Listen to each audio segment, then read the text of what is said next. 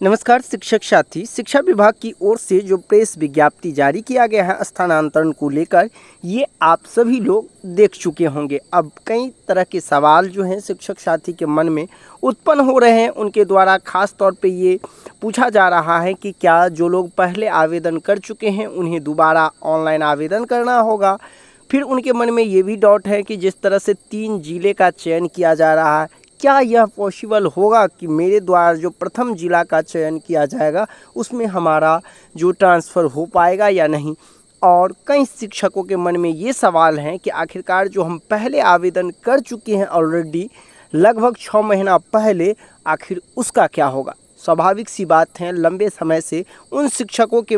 मन में ये ज़रूर चल रहा होगा कि आखिर इतने लंबे समय के बाद भी मेरा स्थानांतरण क्यों नहीं हुआ। आपको पता ही होगा कि जब शिक्षा विभाग की ओर से स्थानांतरण के लिए जो ऑनलाइन आवेदन लिया गया था उसमें लगभग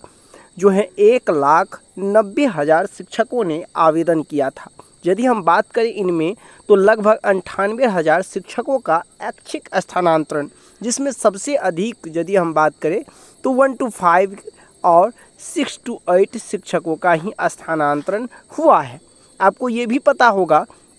कि जो कुल इसमें 7 तरह के कैटेगरी बनाया गया था, जिसमें 1 से लेकर 6 तरह के जो कैटेगरी थे, चाहे उसमें जो भी हो 1 to 5 हो, 6 to 8 हो या फिर 9th से लेकर 12 तक के शिक्षक थे, जो इस 6 कैटेगरी उन सभी का स्थान हो चुका। लेकिन जो सबसे ज़्यादा संख्या था वो आपको पता ही होगा दूरी के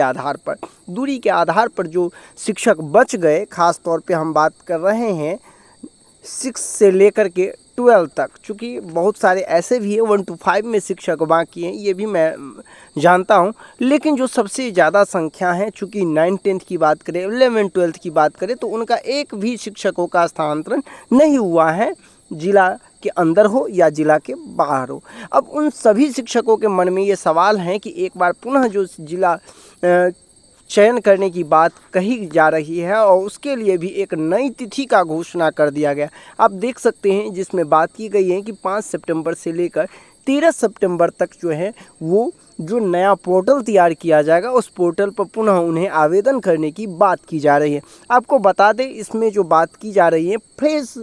एप्लीकेशन, यानी कि जो हम पहले कर चुके आवेदन है उसका क्या होगा, ये बड़ा सवाल है शिक्षकों के मन में, क्योंकि वो ऑलरेडी अपना आवेदन कर चुके हैं। फिर दूसरा सवाल ये भी शिक्षकों के मन में है कि आखिरकार जब नीति बना है तो सभी के लिए एक समान होना चाहिए। चूँकि जो ऑलरेडी पहले जिनका स्थानांतरण हो गया है लगभग 98,000 शिक्षकों की यदि हम बात करें तो उनके लिए पंचायत का विकल्प मांगा गया था, आपने देखा होगा।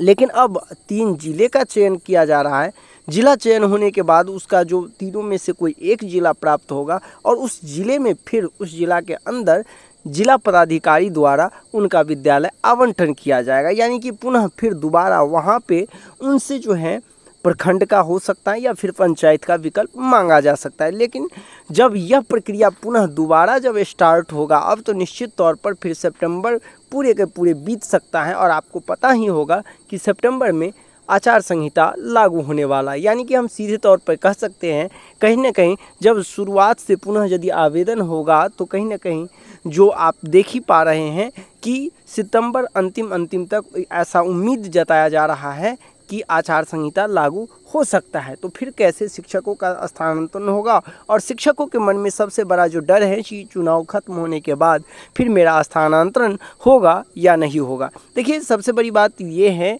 जो ज़िले के बाहर जो शिक्षक साथी हैं उनको बहुत कहीं ना कहीं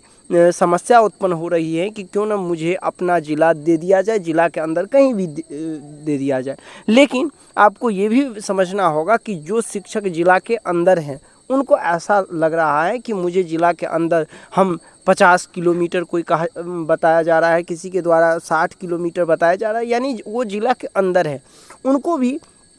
परेशानी हो रही है और वो भी चाहते हैं कि ज़िला के अंदर जो हम पहले से आवेदन कर चुके हैं उसी के आधार पर जो जिला कमेटी गठन किया गया उनको तत्काल जो है वो ट्रांसफ़र करना चाहिए। क्योंकि अब देखना होगा कि शिक्षा विभाग की ओर से इस तरह का जो प्रेस विज्ञप्ति जारी किया गया है, तो अब जिला चयन के लिए कौन सा पोर्टल पे आवेदन लिया जा रहा है, क्या पुनः जो है दोबारा ई शिक्षा कोश पोर्टल पे ही आवेदन लिया जाएगा या फिर दूसरा पोर्टल तैयार करके वहाँ आवेदन लिया जाएगा। क्योंकि आपने देखा होगा कि बहुत सारे ज़िले में देखा गया है कि वहाँ आवेदन भी लिया जा रहा है जो शिक्षक गृहांश के रूप में डाले हैं, और उनको कहीं ना कहीं कमेटी के द्वारा ऐसा चर्चा चलाया जा रहा है कि उनके द्वारा स्थानांतरण किया जाएगा। मुझे भी ऐसा विश्वास है कि यदि जिला के अंदर जो शिक्षक चाह रहे हैं ट्रांसफ़र, उनसे यदि कहीं ना कहीं प्रखंड का ही विकल्प ले लिया जाए तो निश्चित तौर पर सभी शिक्षक इसके लिए सहमत हो जाएंगे और अपने अपने प्रखंड में किसी भी पंचायत उनको दे दिया जाए वो खुश हो जाएंगे। तो जिला स्तर पर जो कमेटी का गठन किया गया है और जो जिला के अंदर ट्रांसफ़र चाहते हैं, सबसे पहले उसको ध्यान देना चाहिए। क्योंकि जिला के अंदर जो ट्रांसफ़र होगा वो जिला पदाधिकारी के द्वारा किया जाएगा। तो जब तक जो राज्य स्तर पर ये आवेदन लिया जा रहा है, तब तक कम से कम जो ज़िले के अंदर ट्रांसफ़र चाहते हैं उसको तत्काल जो है जिला पदाधिकारी के द्वारा कमेटी गठन कर करके उसका उसी जो पहले गृहांश के रूप में आवेदन मिला है वो हो, या फिर ऑलरेडी पहले से आवेदन किया गया है उस पर कहीं ना कहीं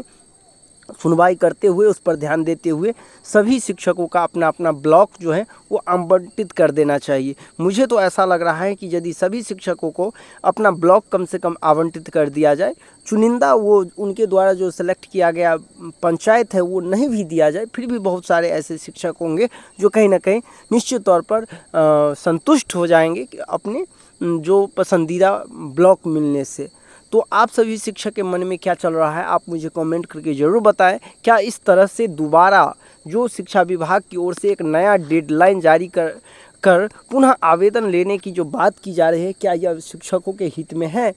या नहीं, आप कमेंट करके ज़रूर बताएं। या फिर आप इस चीज़ को लेकर सहमत हैं कि कम से कम 3 जिला भी विकल्प मांगा गया है, तो हो सकता है कि वैसे ज़िले जैसे कि पटना ज़िला है, आपको पता ही होगा कि उसमें एक भी ज़िले शिक्षकों का चाहे 1 to 5 के जितने भी आवेदन पड़े थे उनका जो अभी तक स्थानांतरण नहीं किया गया है। तो कहीं ना कहीं उनको यदि बगल की चाहे वो वैशाली ज़िला हो या फिर और बगल के आसपास के ज़िले भी यदि मिल जाता है तो उनके लिए राहत होगा। तो आप कमेंट करके बता सकते हैं कि यह जो निर्णय लिया गया है आज शिक्षा विभाग की ओर से, उससे आप कितना खुश हैं, या फिर आगे और भी क्या क्या जो है आपके मन में है। वो जैसे जैसे शिक्षा विभाग जो कुछ भी अपडेट करते रहेंगे, निश्चित तौर पर हम आप सभी को जो है वो अपडेट करते रहेंगे। लेकिन आपको ये भी बता दें कि जिनका म्यूचुअल ट्रांसफ़र हो चुका है वो आप न सोचें कि उनका स्थानांतरण होगा, क्योंकि उसका स्थानांतरण जो है अब 1 साल के लिए हम कह सकते हैं पूरे जो है